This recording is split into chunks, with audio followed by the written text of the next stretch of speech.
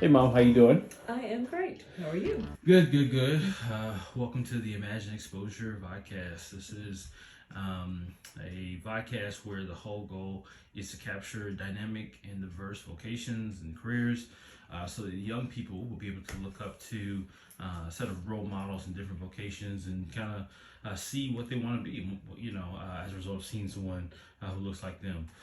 So when we talk about the Imagine Exposure interview questions, the first question out of the gate is, who are you and how do you define yourself? My name is Glenda Elise Johnson Middleton. I am a child of God, and I desire earnestly to please the Lord in my work, in my actions, in what we do, both at home and outside of our home, and just to be able to bring glory to the Lord, literally. Okay, so as it pertains to your work and your vocation, what is your story? The story basically began over 25 years ago. We were taught, one of our church members had gone out and uh, desired or purchased puppets and to begin a puppet ministry at our church. And that initial team, we were excited about presenting in a wonderful way the story of who the Lord is, and through song, through skits, through um, just personal one-on-one conversations with the audience. And it grew, continued to grow, and it waned through the years, because of the interest of, I guess, more team personnel, and but we continue to keep moving. And I think what motivates us to keep going is, I guess, the comments that you hear from others is that, oh, we enjoyed that. Oh, that was so good. And I never thought of it that way. Or you can hear a person either humming or remembering what was said through that puppet after that particular event is over. Awesome. All right. What would you say is the biggest misconception of your job? Misconceptions, I think, have to do with folk deciding that we are ventriloquists and that we can throw our voices into the puppet and we can be on the same stage and talking through that puppet without moving facial expressions or, our mouths. And instead of, they look at it that way. I said, no, no, no, no, we're not that type of art. Uh, we don't go, in that direction, but we basically try to minister through the puppet. If the puppet is on the stage, we're not showing ourselves. We should not be seen. When we are outside of the stage, we should not have the puppet outside of the stage unless it's a full body puppet that you can actually minister with and show that whole body. But ventriloquists, we are not. Okay. Mm-hmm. All right. Who are the people in your vocational story or entities or that sort of thing that you're most grateful for? Who are you most grateful for? Is the question. Truly grateful for Miss Betty Jenkins, basically, who started us with this puppet team.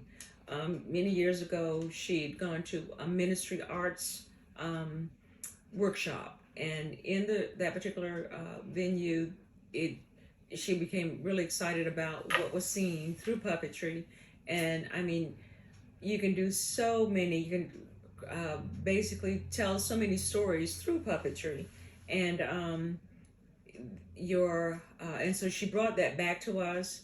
We started out, yeah, all excited and just really, happy to be a part of it, and realized that takes a lot of work to really get to, doing the best that you can.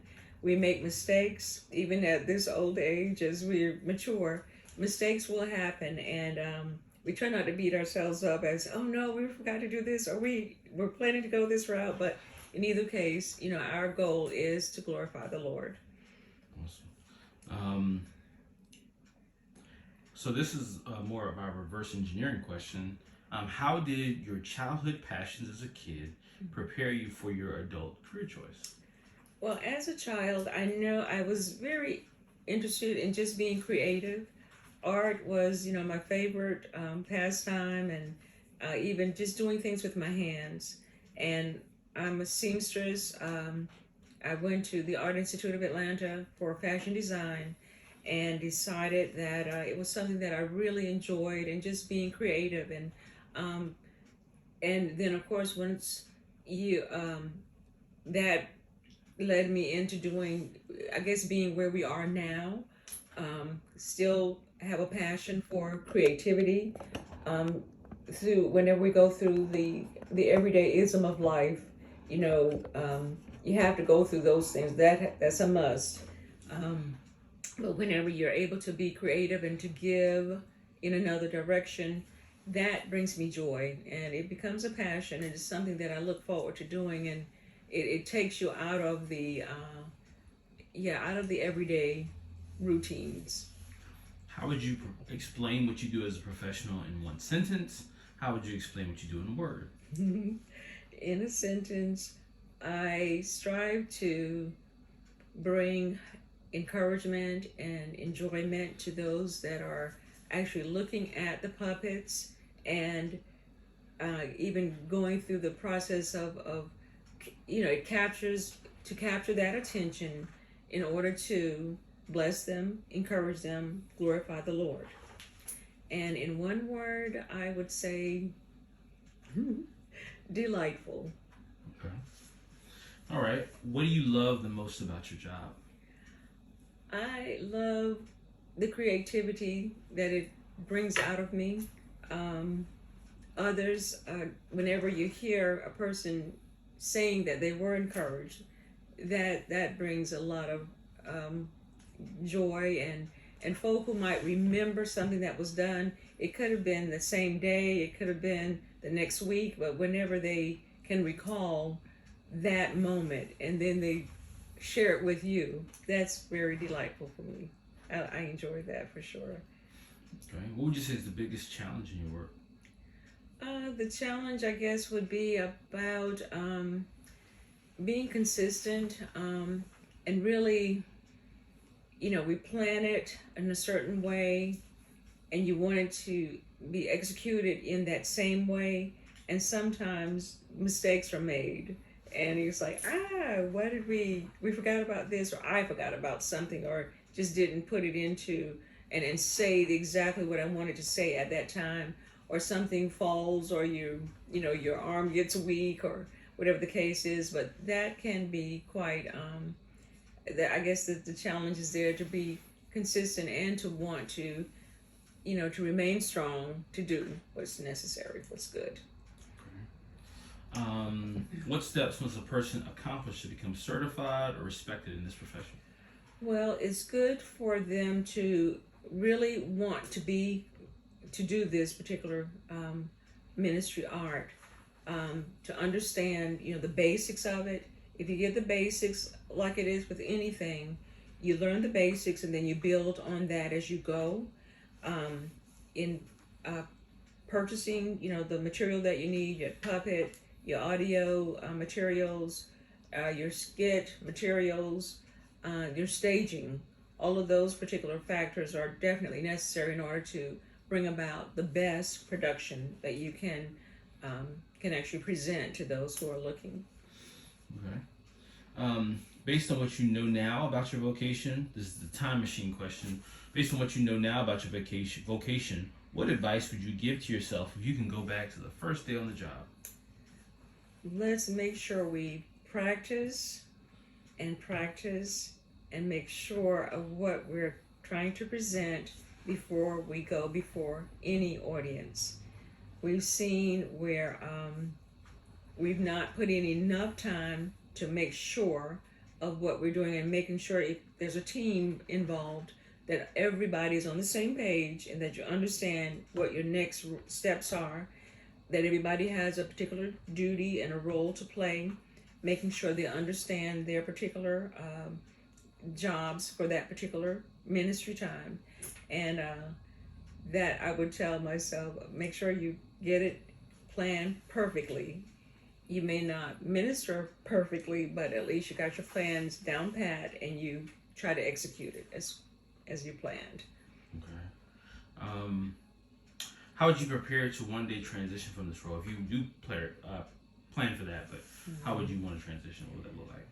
basically, some folk will say, there's some other ministry leaders at other churches and other places that are desiring something different for their church. And puppetry, normally, not a lot of churches may have this particular ministry art that they can actually utilize, and they want to know about it. We had one young lady that was very interested before COVID began, and we were going to have her come and be a part, and at least take it back to her church, and then to come and minister and help them maybe establish a ministry time or a puppet ministry. And it didn't happen because of the pandemic, and we just again, if you're desiring to do it, being able to transition, it would be lovely to be able to hand it over to someone and say, this is how it's done, this is what we've done. And I've done that as well, trying to help others. How did you get started? And we've copied materials and given out materials and, giving them what's best and what we can do. And that's how you keep it going, I would suppose. Okay. When we think about steps to becoming, if someone wants to become a puppet master, that sort of thing, at Grace to Cultivate, we call it the Cultivate Countdown. We want each professional to just kind of give a few steps on what it means to be great at this particular role. What is your Cultivate Countdown? All right, the Cultivate Countdown would include making sure you purchase your puppets, making sure you have the proper ones that you'd like to minister with, you have your audio materials that are necessary and needful for that particular, in order to transition from whatever venue, whatever your audience is, to be prepared for those. So you have to have, of course, the puppets, your audio materials, your written materials, the rules and regulations, and of course your staging. Staging is so important in order to have that, something that's concrete and that it would work in any on any type of flooring as such, and practice. Those are the steps you definitely have to continue to put into practice. All right, so in terms of your one motivational quote, if there was a kind of a bumper sticker or something you will want to communicate, we'll put this with your pitch when we put it out, that sort of thing. What is your one motivational quote about your job? Let's see if we can talk to Deacon Genesis, Jeremiah, Josiah, Johnson, and if we were to ask him, he would tell us, he says that we should trust in the Lord with all of our hearts, not leaning on our own understanding, but in all our ways to acknowledge the Lord, and He will direct our paths. And what we do, we aim to glorify and please Him in what we say with our hands and with our mouths. Well, Mom, thank you so much for your time and your great insight. And I can honestly say that Grace to Cultivate would not be possible without you. So I do appreciate you, love you, and you have a good one. Thank you. All right.